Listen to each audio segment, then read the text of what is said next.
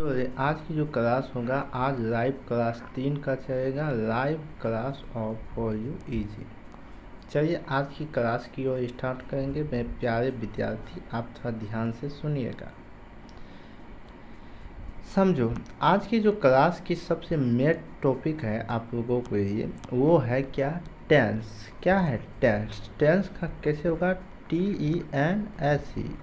अगर आपने टेंस को समझ लिया तो बुझिए आपके लिए इंग्लिश ग्रामर के लिए आपकी स्पोकिंग क्लास बेहतर हो जाएगा, क्योंकि स्पोकिंग क्लास के लिए इंग्लिश के लिए टेंस को समझना बेहद ज़रूरत है। अब देखो, थोड़ा यहाँ समझो। टेंस का अर्थ क्या होता है, यहाँ सीखिएगा। टेंस का अर्थ होता है, टेंस का अर्थ क्या होता है? काल। टेंस का अर्थ क्या होता है? काल या समय। टेंस का मतलब काल या समय। इसकी उत्पत्ति लैटिन भाषा में शब्द टिनपोस से हुई थी, और इसे टेंस के मुख्य 3 प्रकार के होते हैं।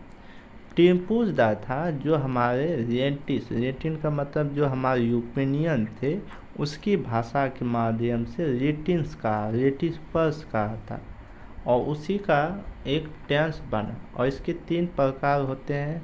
सबसे पहला प्रकार है वो होता है प्रेजेंट टेंस, जिसको हम कहते हैं वर्तमान काल। क्या कहते हैं? वर्तमान काल कहते हैं। क्या कहते हैं? वर्तमान काल। तो इसको क्या कहते हैं? वर्तमान काल। इसको क्या कहते हैं? वर्तमान काल। और दूसरा होता है आपका बहुत ही पास्ट टेंस, जिसको कहते हैं भूतकाल। किसको क्या कहते हैं? भूतकाल। जिसको कहते हैं भूतकाल। क्या कहते हैं? भूतकाल। और फ्यूचर टेंस क्या कहते हैं? फ्यूचर को हम क्या कहते हैं? इसको कहते हैं भविष्य काल। जिसको क्या कहते हैं? भविष्यत काल। अब यहाँ देखो, 3 प्रकार के चीज़ों को आपको ध्यान से समझिए। पहला है टेंस के 3 प्रकार के चीज़ों को आपको समझ आया होगा। टेंस को वाक्यों को 3 भागों में बांटा गया। सबसे पहले सब्जेक्ट होता है कर्ता होता है। सब्जेक्ट मीन्स क्या होता है? कर्ता। वर्ब मीन्स होता है क्रिया, और वर्ब मीन्स क्या होता है? क्रिया। और साथ ही ऑब्जेक्ट मीन्स होता है कर्म। ऑब्जेक्ट मीन्स क्या होता है? कर्म। अब जैसे राम, एक क्या हो गया? कर्ता हो गया। और दूसरा कर्ता है, ये क्या हुआ? ई। और कर्म क्या हो? राम। आम क्या? आम एक आम खाता है, तो ये क्या हो गया? कर्म। आइए देखते हैं आगे की ओर। अब देखो टेंस के काल या समय। देखो टेंस के सबसे पहले सब्जेक्ट क्या होती है, देखिए। सब्जेक्ट करता है किसी भी काम को करने के लिए व्यक्ति को अथवा या वस्तु को कर्ता। वस्तु यानी व्यक्ति और वस्तु को ही हम क्या कहते हैं? कर्ता कहते हैं। क्या कहते हैं बाबू? कर्ता कहते हैं। तो व्यक्ति और वस्तु को ही हम कर्ता कहते हैं। इसके कुल 9 प्रकार होते हैं। कितना? 9 प्रकार। सबसे पहला होता है कितना? 9 प्रकार में सबसे देखिएगा, सबसे देखिए हिज सी इट, ये क्या हो गया? 3। आई वी योर देन, ये क्या हो गया? ये हो गया बाहु। ये हुआ सिंगुलर नाउन, ये हो गया प्लूरल नाउन। प्लूरल का मतलब हो गया आपका बहुसंख्य। आई वी योर दे मीन्स क्या होता है? वेरे। ही सी इट का प्रयोग क्या होता है? निर्जीव जाति के लिए किया जाता है। तो निर्जीव जाति के लिए किया जाता है। तो आप देखिए थोड़ा इधर, वर्ब का क्रिया हम कैसे प्रकार करते हैं, यहाँ समझिए। वर्ब में क्या होता है कि वर्ब क्रिया में सबसे पहले होता है कर्ता द्वारा किए जाने वाले कार्य की क्रिया को ही, मतलब कर्ता द्वारा किए जाने वाले कार्य को ही क्रिया कहा जाते हैं। जैसे प्रत्येक क्रिया का मूल अर्थ होता है अंत में ना जरूरत आता है। किसी भी क्रिया को 5 प्रकार में लिखा जाता है। कितना? 5 प्रकार के लिखा जाता है। सबसे पहला आई, डबल आई, 3 आई, ING और 5 या ES। कहते हैं कि वर्ब जो होता है, देखो वर्ब जो होता है, यहाँ समझो,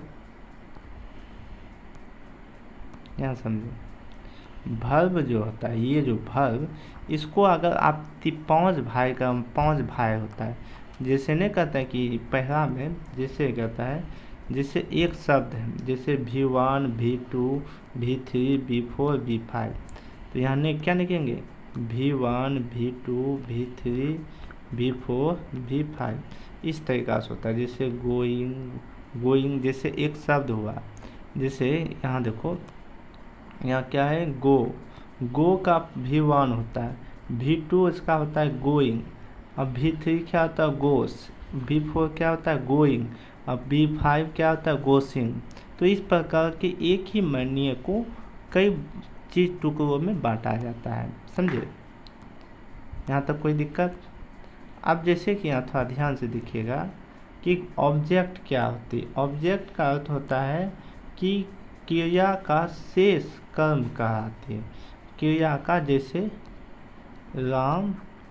राम ने रावण को मारा, राम ने रावण को मारा है, तो राम ने रावण को मारा, तो ये क्या हो गया, आपका कर्म हो गया। तो कर्म चाहे अच्छा हो बुरा हो, लेकिन कर्म होता है, समझे। अब यहाँ देखिए, इसमें सबसे पहला आता है आपका वर्तमान काल। वर्तमान काल यानी प्रेजेंट टेंस, जिसको कहते हैं वर्तमान काल।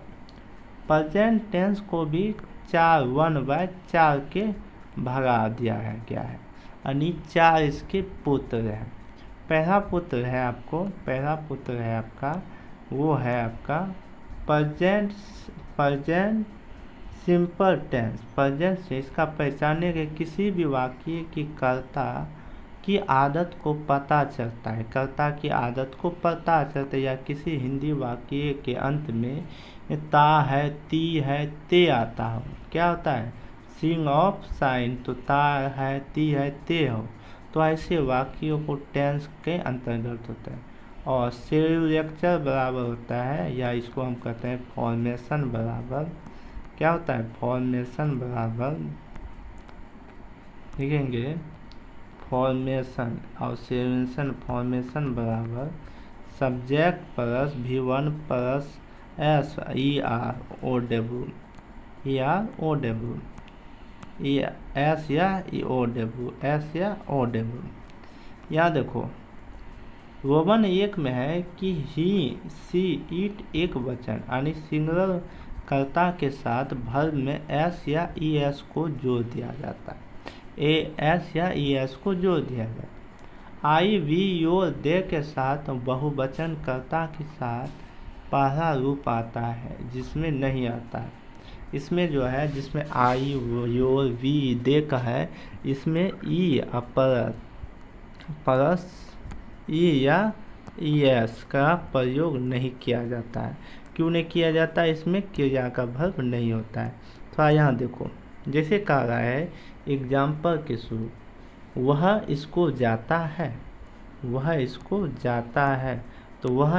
जाता है, तो क्या आता है, ही गोज टू स्कूल, वह इसको जाता है, ही गोज टू स्कूल। मैं किताब पढ़ता हूँ, आई रीडिंग्स बुक। क्यों होता है कि मैं किताब पढ़ता हूँ। अब यहाँ देखो, प्रेजेंट टेंस क्या हुआ, प्रेजेंट कंटिन्यूअस टेंस। सबसे पहला होता है प्रेजेंट कंटिन्यूअस टेंस में क्या होता है, यहाँ समझिए। देखो प्रेजेंट कंटिन्यूअस टेंस में होता है कि जब किसी वाक्य में ऐसे मालूम हो रहा हो जहाँ की क्या हो, मालूम हो रहा, जहाँ की क्रिया करते समय किसी हिंदी वाक्य के अंत में रहा है, रही है, रहे है आता हो, तो ऐसे शब्द को टेंस के अंतर्गत हो। जैसे सेकुलेक्चर में S plus is are am और वर्ब बराबर 0। थोड़ा नियम देखिए, इसका नियम है कि आई के साथ हमेशा किसका प्रयोग होगा, एम होगा, ही सी इट या नेम के साथ इज का प्रयोग होगा। योर वी आर देख में साथ आर का प्रयोग होगा। एग्जाम्पल कि वह पेन खरीद रहा है, तो ही इज, अब देखो इसमें क्या होगा, बी फोर जिसको कहते हैं ING। जैसे he is buy a pen, buy मतलब बाई का अर्थ होता है, और इसमें बाइंग का मतलब हो गया बी फोर लगा हुआ है। अब जैसे हम लोग भोपाल जा रहे हैं, तो we are going to Bhopal, तो ये कुछ होता है वर्ड।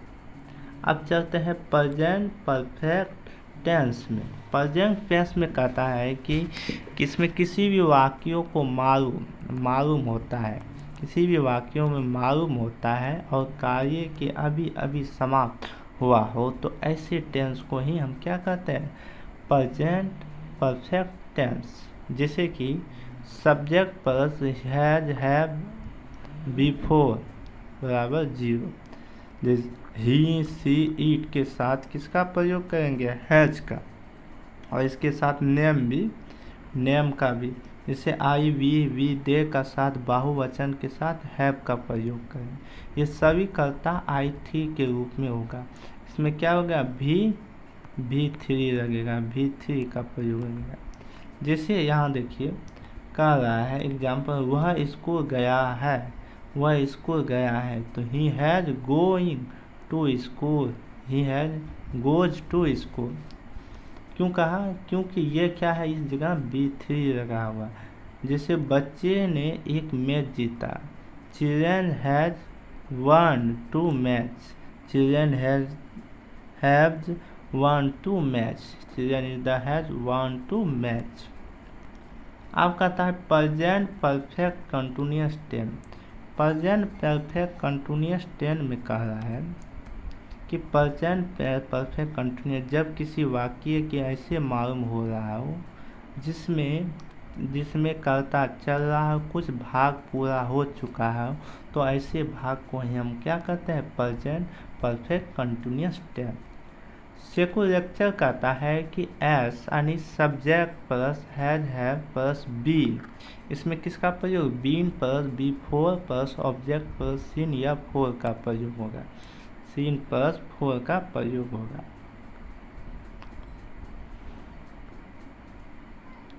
अब इसमें कहता है, यहाँ देखिए जैसे कह रहा है कि यहाँ कह रहा है कि सभी कर्ता के साथ बीन का प्रयोग होगा। जिस समय कर्ता शुरू किया है उसके साथ सीन का प्रयोग होता है, और कर्ता को होते ही जितना समय लगा उसके साथ किसका, फोर का प्रयोग होता है। थोड़ा यहाँ देखिए ध्यान से, जैसे यहाँ जैसे दिया गया है कि वह 3 बजे से पढ़ रहा है, तो वह 3 बजे से पढ़ रहा है, लेकिन अभी तक समस्या ख़त्म नहीं है, यानी शुरू तो हो गया है लेकिन ख़त्म नहीं हुआ है। जैसे ही been reading since o'clocks 3 o'clock। क्यों हुआ, क्योंकि इसमें क्या है कि बीन होती सीन का प्रयोग वहाँ है जहाँ की कार्य शुरू तो हुआ है लेकिन ख़त्म नहीं हुआ। हम 3 घंटे टीवी देख रहे हैं, we have to been watching to TV 3 hours। आज की क्लास